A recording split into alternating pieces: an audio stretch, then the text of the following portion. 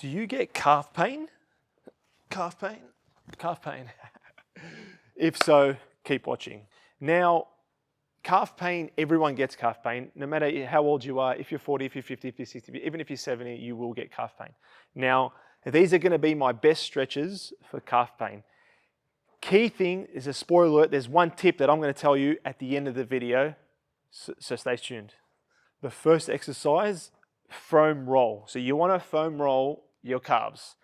There's two main muscles in the calves, the gastrocnemius and the soleus. Now, foam rolling really hits the gastro. Doesn't really hit the soleus as much, but I'll show you in the next one which does.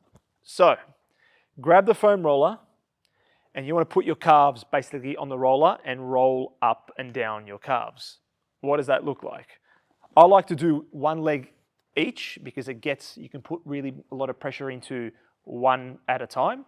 So I like to say usually 1 minute, 60 seconds, 3 times to really get the calf. And you want to work the whole calf. So you don't want to just do the middle. You want to work the top, you want to work the bottom towards your ankle, and you want to get up there. So 60 seconds, and then change legs, and then roll up all the way to the top, all the way to the bottom, all the way to the top, all the way to the bottom. You're going to feel in different spots more pain, less pain. When you find the one that's got a lot of pain, that's where you are tight. So for me, it's towards the top. I just felt it there, so now I'm going to hold it there. So you want to hold it for about 60 seconds. You want to release the pain as much as you can before you go into the strengthening exercises, like calf raises, what most people do. So again, 60 seconds up and back with a foam roller. Number 2, seated calf stretch. Now you're going to find a band and you're going to find a bench. Now you're going to sit down on the bench. With the band, you're going to wrap it around your feet or foot. And then what you're going to do is you're going to pull the band with your left and right hand, wrap the band around, and you're going to literally pull your feet towards your body. And as you're pulling, you're going to really feel the stretch go down your calf. So it's going to start from the top, then it's going to go down to the bottom. The more you pull back, the more you'll feel. So it's going to basically be on yourself to work out what range works best for you. Now, you don't want to overdo it and do too much because then you might strain your calf, but you want to do a little bit just to get the stretch. If you're not feeling the stretch, that means you're not pulling hard enough. So you want to pull like so, like now, and then I'm really feeling it now on probably the top part. So clearly today, my top calves are really tight. So I'm going to really stretch my calves out today. That's my cue. So really pull. Again, 10, maybe 20 seconds on each side. Then release. 3 sets. Move to the other side. Wrap it around your foot, if I can get it, around my foot. And pull back as much as I can. Now really pull. And again, it's the same thing for me on this side. The top part for me is the tighter side. So pull back, hold for 20 seconds. And then you're going to release. Now, you should feel the stretch. It should be almost like a stabbing sharp pain through your calf. That's okay. That's what you want to feel because you really want to stretch the calf muscle.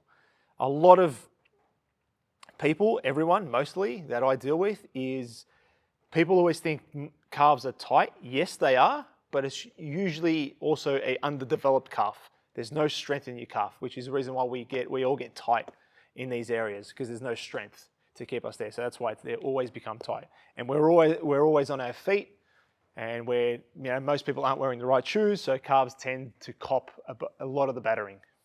Number 3 on the list is now we've sitted, we've foam rolled, sitted. Sitted's a word, surely. We've sat. Thank you, sat. We've sat on the bench. Now we're going to stand on our feet. Go figure. We're going to stand on our feet now. So what I'm going to get you to do is, at the end of a bench or a stairwell, or wherever you are, if there's a step where you can sit and get the margin and the depth with your calves, use that. I'm going to grab the stick for balance. So how does this look like? I'm going to do 1 foot, because it's easier to do 1 foot at a time. I'm going to stand up on this edge of the bench, and then all I'm going to do is, with the stick, I'm going to balance, and as you can see, I'm going to work my way down, try and get my heel to touch the floor, and then come back up onto the calf. So this is not also strengthening, but it's also stretching the top part. Now, at the start of the video, when I said there's two main muscles in the calves, the gastrocnemius and the soleus. When you stand, you hit part of the soleus more than the gastroc. You're still hitting the gastroc, but the soleus gets involved as soon as you stand up.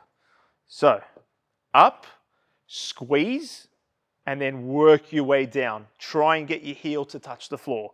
Get the depth, feel the stretch, come back up, hold, and then work your way down.